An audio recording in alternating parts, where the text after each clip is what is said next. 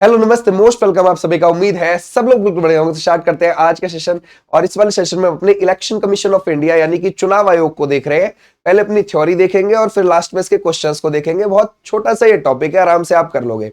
यहाँ से क्वेश्चन बहुत आए थे लास्ट टाइम जब एग्जाम हुआ था यूपीएसआई का। ओके, तो चलिए देखते हैं इसके बारे में, चुनाव आयोग के बारे में पढ़ते हैं। थोड़ी सी कुछ चीजें लिखी हुई है, पहले उनको देख लेते हैं। बहुत आराम से इनको तुम समझ जाओगे। देखो, परिचय देखते हैं कि भारत का चुनाव आयोग एक स्वतंत्र संवैधानिक संस्था है, यानी कि किसी के दबाव में कार्य नहीं करता है और संविधान में इसका जिक्र है, यानी कि ये एक स्वतंत्र संवैधानिक संस्था है। ओके, अब अगर हम देखें, इसकी स्थापना हुई है 25 जनवरी 1950 को। इसीलिए हम 25 जनवरी को हम राष्ट्रीय मतदाता दिवस मनाते हैं 2011 से। पहला हमने कब मनाया है? 2011 में मनाया है राष्ट्रीय मतदाता दिवस। ओके, अब अगर हम देखें इसका उद्देश्य क्या है चुनाव आयोग का, तो वो भारत में स्वतंत्र, निष्पक्ष और पारदर्शी चुनाव कराना इसका उद्देश्य है, पर्पस है। और हमारे भाग संविधान में ये आपको देखने को मिल जाएगा 15 में। और आर्टिकल आपको कहां से कहां तक देखने को मिल जाएगा? 324 से 329 के बीच में आपको ये देखने को मिल जाएगा। ओके, तो ये चुनावों से संबंधित प्रावधान दिए गए हैं इनमें, ठीक है, इस भाग में और इस आर्टिकल में। ओके, अब आगे देखते हैं। तो 324 से 329 आर्टिकल्स जो है वो हमारे लिए इंपॉर्टेंट है, उनको बाद में देखेंगे, लेकिन पहले इसकी कहानी देख लेते हैं कि कहानी क्या है, क्योंकि कहानी से ज्यादा चीजें पूछी जाती है। तो देखो, संसद हो गई हमारी, राज्य की विधानमंडल हो गई हमारी, राष्ट्रपति, उपराष्ट्रपति इत्यादि के चुनाव के अधीक्षण, निर्देशन तथा नियंत्रण की शक्ति केंद्रीय निर्वाचन आयोग में निहित है। ओके, केंद्रीय निर्वाचन आयोग एक अखिल भारतीय संस्था है, यानी कि पूरे भारत के लेवल पर चुनाव करवाती है। क्योंकि यह केंद्र व राज्य सरकार दोनों के लिए समान है, लेकिन राज्यों में होने वाले पंचायत और निगम चुनाव से चुनाव आयोग का कोई संबंध नहीं है। यानी कि ये अपना जो चुनाव है, निर्वाचन आयोग, ये हमारा राष्ट्रपति, उपराष्ट्रपति है ना भाई, ध्यान रखोगे। केंद्र के अंदर संसदीय चुनाव हो गए, जैसे लोकसभा, राज्यसभा, या फिर राज्य के अंदर विधानमंडल चुनाव हो गए, विधानसभा, विधान परिषद, इनका तो ध्यान रखता है। लेकिन जो राज्य के अंदर जो पंचायत के, नगर निगम के चुनाव होते हैं, उनका राज्य निर्वाचन आयोग देखता है, वो अलग है बिल्कुल, ठीक है भाई। इससे तो हम देख रहे हैं किसके लिए? भारत के निर्वाचन आयोग के लिए। भारतीय संविधान में इनको चुनाव के लिए अलग से राज्य निर्वाचन आयोग की व्यवस्था की गई है, पंचायत और निगम चुनावों के लिए, ठीक है। केंद्रीय निर्वाचन आयोग एक स्वतंत्र निकाय है और सर्वोच्च और उच्च न्यायालय की तरह, है ना, ध्यान रखोगे, सर्वोच्च और उच्च न्यायालय की तरह कार्यपालिकाओं के बिना किसी हस्तक्षेप के स्वतंत्र और निष्पक्ष रूप से अपने कार्य को करता है। तो वो देखो, अगर आपका बिलीव है इसमें कि करता है बिल्कुल निष्पक्ष, बगैर किसी के दबाव में, तो वो आपकी सोचने की है ना भाई। कि आपको लगता है तो ठीक है, नहीं लगता है तो आप इसके बारे में सोचोगे कि भाई जरूरी है निष्पक्ष चुनाव करवा रहा है या नहीं करवा रहा है, ठीक है भाई। ओके, बोला तो ऐसे ही गया है कि निष्पक्ष है। अब अगर हम देखें संविधान का जो अनुच्छेद 324 है ना, ये बहुत सारी बात कहता है। 324 से 329 तक हमारे निर्वाचन आयोग की बात है, लेकिन जो ये 324 है ना, सारी कहानी यही बोलता है। तो पहले ही आर्टिकल पर जोर देना है, 324 पर ही। 324 के अंतर्गत निर्वाचन आयोग के संबंध में निम्नलिखित उपबंध दिए गए हैं। ओके, निर्वाचन आयोग मुख्य निर्वाचन आयुक्त और अन्य आयुक्तों से मिलकर बना है। सही बात है, कोई दिक्कत नहीं है। मुख्य निर्वाचन आयुक्त तथा अन्य निर्वाचन आयुक्तों की नियुक्ति संसद द्वारा निर्मित विधि के अधीन रहते हुए राष्ट्रपति के द्वारा की जाती है। ठीक है भाई, क्लियर हो जाएगा भाई। जो संसद ने रूल बनाया है उस हिसाब से, उस रूल के हिसाब से राष्ट्रपति के द्वारा की जाती है। ठीक है भाई, क्लियर हो जाएगा। ओके, अगर हम देखें, राष्ट्रपति निर्वाचन आयोग से परामर्श करके आयोग की सहायता के लिए ऐसे प्रादेशिक आयुक्तों की नियुक्ति कर सकता है जैसा वह आवश्यक समझे। यानी कि देखो, हमारे, आपको पता है, एक मुख्य निर्वाचन आयुक्त होता है और 2 निर्वाचन आयुक्त होते हैं, ये तो है ही है। इनके अलावा अगर प्रादेशिक आयुक्त और चाहिए उनको काम के लिए, निर्वाचन आयोग को, तो राष्ट्रपति कर देगा। लेकिन राष्ट्रपति नियुक्त तो कर देगा, लेकिन किसकी मदद से करेगा? पूरे निर्वाचन आयोग की मदद से करेगा। ठीक है, ठीक है भाई, वही बात इसमें यहां लिखी हुई है। मूल रूप से निर्वाचन आयोग में केवल एक चुनाव आयुक्त होते थे शुरू में, जब 1950 से 1989 तक केवल एक ही था। ठीक है भाई, क्लियर हो जाएगा। तो 1989 में फिर कितने कर दिए गए, 1+2 कर दिए गए। ठीक है भाई, और फिर 1990 में वापस से 1 कर दिया गया, यानी कि एक मुख्य निर्वाचन आयुक्त ओनली, और 2 निर्वाचन आयुक्त को यहां पे हटा दिया गया 1990 में फिर से, यानी कि फिर से सिंगल कर दिया। फिर 1993 में फिर से जो है, ध्यान रखोगे, 1+2 कर दिया, जो आज भी है, एक मुख्य निर्वाचन आयुक्त और 2 निर्वाचन आयुक्त। अभी जो इस समय पर जो मुख्य निर्वाचन आयुक्त है वो कौन है, ज्ञानेश्वर कुमार, और जो 2 निर्वाचन आयुक्त है वो कौन है, एक विवेक जोशी है, एक सुखवीर सिंह संधू है। ठीक है, ओके भाई, तो ऐसे हमें ध्यान रखना है।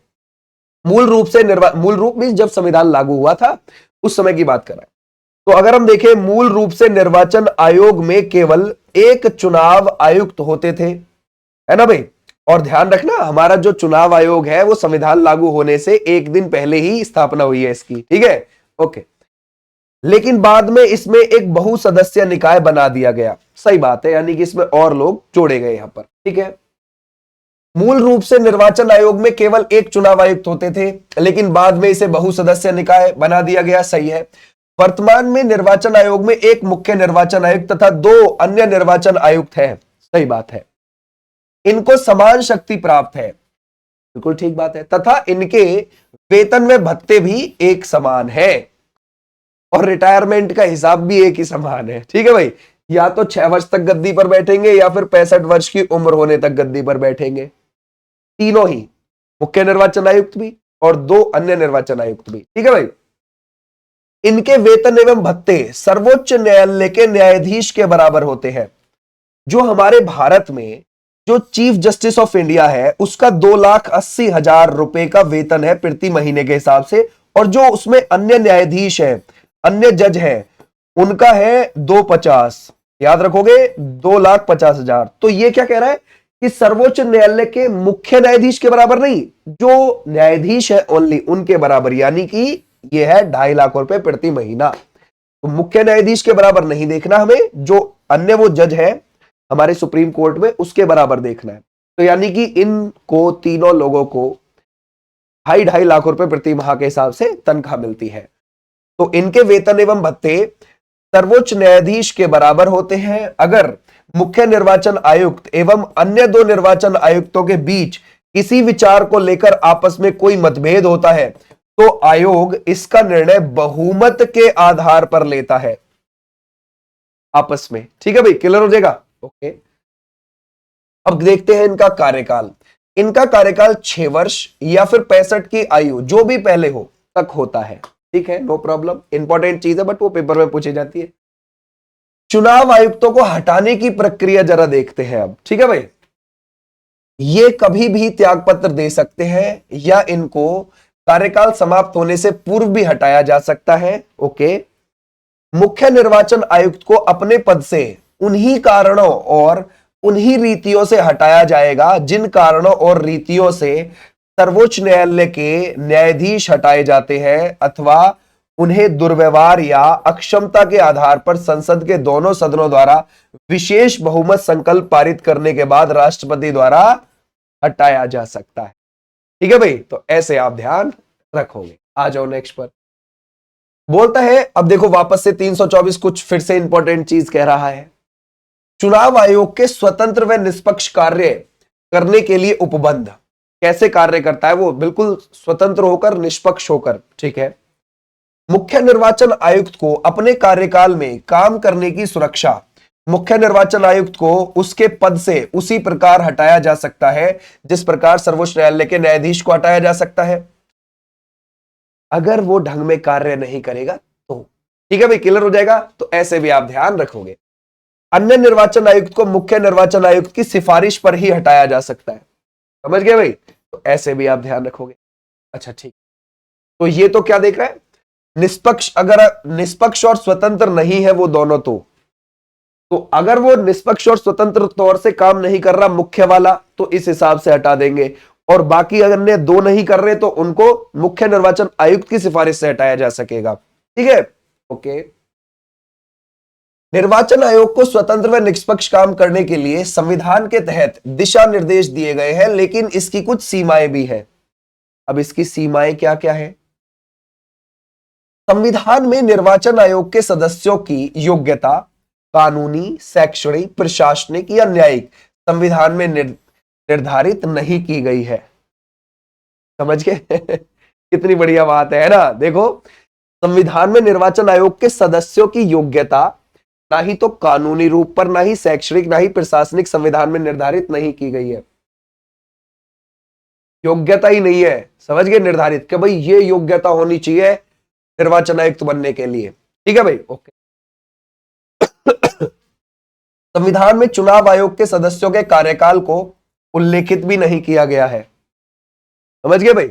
बस ये बोल दिया गया है कि हाँ जी 6 या 65, इतना बोल दिया गया है, कोई खास उसको उल्लेखित नहीं किया गया है ढंग में। ठीक है। संविधान में सेवानिवृत्त चुनाव आयुक्त को सरकार द्वारा किसी और नियुक्ति से वंचित नहीं किया गया है। यानी कि देखो भाई, अगर वो यहां से हट भी गया है, उसका कार्यकाल पूरा हो गया, तो सरकार उसे कोई और कहीं ना कहीं किसी ना किसी डिपार्टमेंट में पद दे देगी, कोई मनाही थोड़ी है। ओके, तो भाई वो तो निफराम है, चांदी है। आ जाओ इधर। अब देखो इधर, निर्वाचन आयोग की शक्तियां और कार्य को देखते हैं।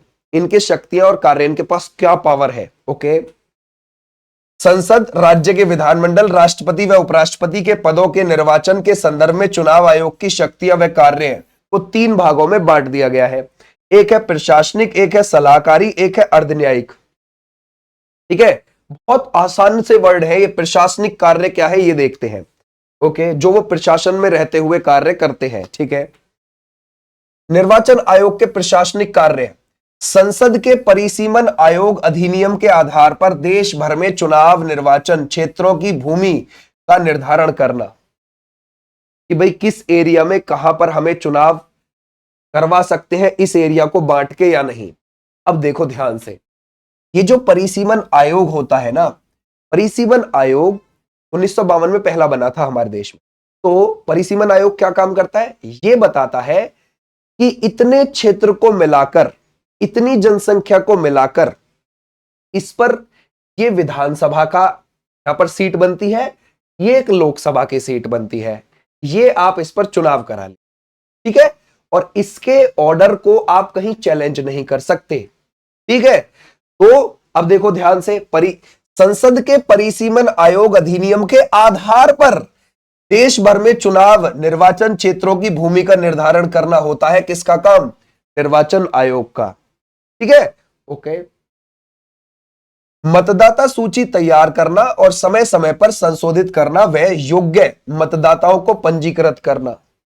ठीक है, राजनीतिक दलों को मान्यता प्रदान करना और उन्हें चुनाव चिन्ह आवंटन, राजनीतिक दलों की आम सहमति से विकसित आदर्श आचार संहिता के सख्त पालन के माध्यम से राजनीतिक दलों के लिए चुनाव में समान अवसर सुनिश्चित करना। सबके लिए समान अवसर सुनिश्चित है या नहीं है? ओके भाई, भाई देखो बोला गया है कि है। ठीक है, इसमें संविधान में तो बोला गया है कि है। ओके, यह चुनावों के संचालन हेतु चुनाव कार्यक्रम तय करता है, चाहे आम चुनाव हो या उपचुनाव हो। ओके, निर्वाचन की तिथि और समय सारणी निर्धारित करना एवं नामांकन पत्रों का परीक्षण करना, यानी कि जो भी नामांकन आया है उसको डिटेल में चेक करना कि हाँ भाई सही आया या नहीं आया। निर्वाचन के समय राजनीतिक दलों की नीतियों के प्रचार के लिए रेडियो और टीवी कार्यक्रम सूची निर्मित करना। समझ गए कि हाँ भाई इस दिन इसका इश्तिहार चलेगा, यानी कि ऐड चलेगा, इस दिन इस पार्टी का चलेगा, इस दिन इसका चलेगा, इस दिन इस समय पर इस पार्टी का चलेगा। क्या सभी पार्टियों को प्रायोरिटी दे रहा है आज के समय पे चुनाव आयोग या नहीं? ओके, समस्त भारत में स्वतंत्र और निष्पक्ष चुनाव कराने के लिए चुनावी तंत्र का पर्यवेक्षण करना। ठीक है, निर्वाचन आयोग की सलाहकारी और अर्धन्यायिक शक्तियों को देखते हैं अब राइट नाउ। यहां पे देखो, वो कुछ मामले में सलाह भी दे सकता है, किसको देगा सलाह अब ये देखेंगे। अर्धन्यायिक शक्ति वो होती है, जैसे मान के चलो हमारे संविधान ने कुछ चीज का गठन किया है, उसमें जो ऑफिसर्स बैठे हुए रहते हैं वो अपनी तरफ से जो डिसीजन लेते हैं उसको अर्धन्यायिक शक्ति बोला जाता है। ठीक है, क्या बोला जाता है? अर्धन्यायिक शक्ति। यानी कि हमारे संविधान में जो आपको गठित आयोग देखने को मिलते हैं, संस्था देखने को मिलती है, उसमें जो ऑफिसर्स बैठे रहते हैं, वो जो डिसीजन लेते हैं, उसको अर्धन्यायिक शक्ति में काउंट किया जाता है। ठीक है भाई। अब देखो, सबसे पहले उसकी सलाहकारी शक्ति को देखते हैं। ठीक है, वो सलाह किसे दे सकता है? राष्ट्रपति को सलाह देने की राष्ट्रपति शासन वाले राज्य में 1 वर्ष समाप्त होने के पश्चात निर्वाचन कराए जाने या नहीं कराया जाए। यानी कि भाई देखो, आपके यहां पर 1 साल हो चुका है, राष्ट्रपति शासन लगे, अब वहां चुनाव करवाइए। ठीक है भाई, ध्यान रखोगे, या ना करवाइए अभी, वो सलाह देगा इस बारे में। ठीक है भाई। दूसरा क्या है? चुनाव कराने के लिए कर्मचारियों की आवश्यकता के बारे में राष्ट्रपति या राज्यपाल से आग्रह करना।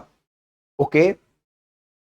विधान परिषद के सदस्यों की अयोग्यता से संबंधित मामलों पर राज्यपाल को परामर्श देना। ये देखो, ये अयोग्य है, विधान परिषद की योग्यता के लिए हम पहले ही समझा दे रहे हैं, मींस वो ये राज्यपाल को बोल रहा है। ठीक है भाई, ध्यान रखोगे, जो हमारा निर्वाचन आयोग है वो राज्यपाल को बता रहा है। निर्वाचन व्यवस्था से संबंधित विवाद की जांच के लिए अधिकारी नियुक्त करना। ओके। अगर हम देखें, राजनीतिक दलों को मान्यता प्रदान करने और चुनाव चिन्ह देने के मामले में हुए विवाद के समाधान के लिए न्यायालय की तरह काम करता है। ठीक है भाई, ध्यान रखोगे, ये किस में आती है इसकी? ध्यान रखना, ये जो हम अर्धन्यायिक शक्तियां देख रहे हैं, ये जो दोनों पार्ट हमने देखे उसी में आते हैं। ठीक है भाई, यानी कि अपने डिसीजन बनाना। ओके। रिंगिंग, मतदान केंद्र लूटना, हिंसा व अन्य अनियमितताओं के आधार पर निर्वाचन रद्द करना। अगर ये सब घटनाएं हो रही है तो वो वापस चुनाव रद्द कर देगा, दोबारा से उसको कराएगा। निर्वाचन आयोग की सहायता उप निर्वाचन आयुक्त करते हैं। समझ गए? अब ये उप निर्वाचन आयुक्त कौन है? वे सिविल सेवा से लिए जाते हैं और आयोग द्वारा उन्हें कार्यकाल व्यवस्था के आधार पर लिया जाता है। समझ गए भाई? क्या आपका इतने समय के लिए कार्यकाल इसके लिए है, यानी कि आप इतने समय के लिए आप चुनाव आयोग के साथ कार्य करेंगे, सिविल सेवाओं से वो बंदे लिए जाते हैं। ठीक है। राज्य स्तर पर राष्ट्रीय निर्वाचन आयोग की सहायता मुख्य निर्वाचन अधिकारी करते हैं, जिनकी नियुक्ति मुख्य निर्वाचन आयुक्त राज्य सरकारों की सलाह पर करता है। ओके, यहां पर भी हमारी चीज हो गई। अब थोड़ी सी फैक्ट वाली चीजें देख लेते हैं जो इंपॉर्टेंट है हमारे लिए। भारत में ईवीएम यानी कि इलेक्ट्रॉनिक वोटिंग मशीन का पहली बार प्रयोग 1982 में केरल के एर्नाकुलम के परवूर विधानसभा क्षेत्र में कुछ पोलिंग बूथों में किया गया था। ओके, तो विधानसभा वाले इलेक्शन में हुआ है सबसे पहले इसका यूज केरल के अंदर। 2004 में लोकसभा के आम चुनाव में देश के सभी 543 संसदीय निर्वाचन क्षेत्रों में ईवीएम का उपयोग किया गया था। ओके, भारत के चुनावों में सबसे पहले नोटा यानी कि नन ऑफ द अबोव, यानी कि आप किसी को वोट नहीं देना चाहते हैं, ठीक है भाई, ध्यान रखोगे, नोटा पे आप दबाना चाहते हैं, का प्रयोग 2013 में किया गया था। ओके, 61वें संवैधानिक संशोधन अधिनियम 1989, देखो हालांकि ये जो अधिनियम है ये है 1988 का, यानी कि 61वां संविधान संशोधन 1988 लागू 89 में हुआ है, ये 28 मार्च को, तो ये बात ध्यान रखना, ठीक है भाई।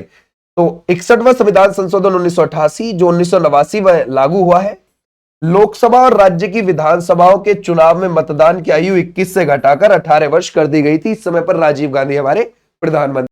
संसद ने वर्ष 1952 में परिसीमन आयोग अधिनियम लेकर आए और 1952 में ही उसका गठन कर दिया, यानी कि पहला परिसीमन आयोग वो है जो ये देखता है कि इस क्षेत्र पर इतने पर एक लोकसभा सीट बन रही है, इतने पर एक विधानसभा सीट बन रही है, इतनी जनसंख्या पर आप एक विधानसभा सीट डिसाइड कर सकते हैं, इतनी पर आप एक लोकसभा सीट डिसाइड कर सकते हैं, वो ये बताता है निर्वाचन आयोग को, और इसके दिए हुए फैसले को आप चैलेंज नहीं कर पाओगे कहीं पे भी, ठीक है भाई, ये ध्यान रखना। तो पहला परिसीमन आयोग कब बना है? 1952 में बना है। फिर उसके बाद 1963 में बना था 1962 के अधिनियम के तहत।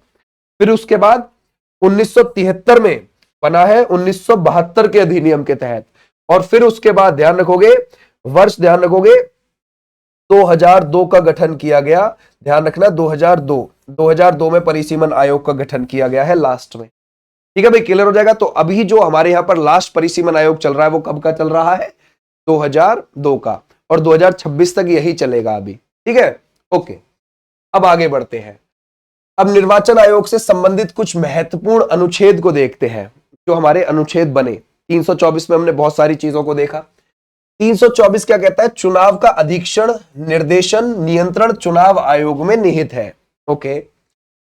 325 में है धर्म, जाति या लिंग के आधार पर किसी भी व्यक्ति विशेष को मतदान सूची में शामिल न करने और इसके आधार पर मतदान के लिए अयोग्य नहीं ठहराने का प्रावधान है। ओके। आपका कोई भी मजहब हो, आप मेल हो फीमेल हो, आप आराम से वोट डालिए, कोई दिक्कत नहीं। 326 लोकसभा और राज्यों की विधान सभाओं के चुनाव वयस्क मताधिकार के आधार पर आधारित होंगे। तो अगर आपकी उम्र 18 या उससे ज्यादा है तो आपको वोट डालने का कानूनी अधिकार है। मौलिक अधिकार मत समझने लगना, ठीक है, कानूनी अधिकार है। 327 विधानमंडलों के चुनाव के संबंध में उपबंध करने की संसद की शक्ति के बारे में है। ठीक है भाई। ओके। फिर कहता है 328 विधानमंडल के चुनावों के संबंध में उपबंध करने की राज्य के विधानमंडल की शक्ति के बारे में है। तो ये दोनों ध्यान रखोगे, वहां पर संसद की शक्ति को बता रहा है, यहां पर आपको राज्य के विधानमंडल की शक्ति बता रहा है। 329 चुनावी मसलों में अदालतों के हस्तक्षेप पर रोक। ठीक है भाई, क्लियर हो जाएगा, ये रोक है, ऐसे आप ध्यान रखें, क्लियर हो जाएगा। ओके। अब आ जाते हैं यहां पर क्वेश्चन आ जाते हैं हमारे। बोलता है भारतीय संविधान में निम्नलिखित अनुच्छेद में से कौन सा निर्वाचन संबंधी मामलों के अदालत के हस्तक्षेप पर रोक का प्रदान करता है? अभी देखा आर्टिकल 329। आ जाओ नेक्स्ट पर।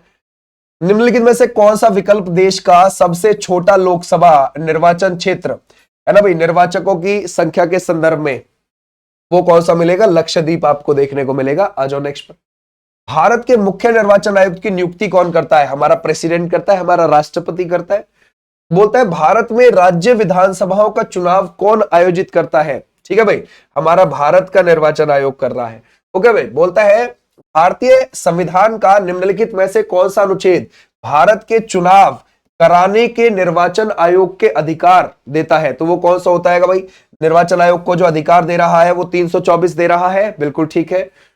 बोलता है राज्य विधानसभा के चुनाव का संचालन कौन करता है? ठीक है भाई, भारत का निर्वाचन आयोग। ये सब यूपीएसआई 2021 में पूछे हुए क्वेश्चंस है।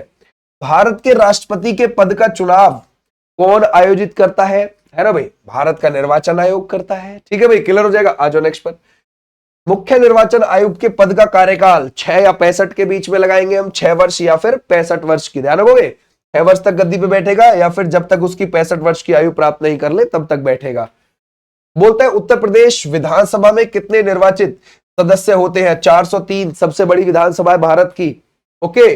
बोलता है भारत सरकार द्वारा प्रथम परिसीमन आयोग किस वर्ष गठित किया गया है?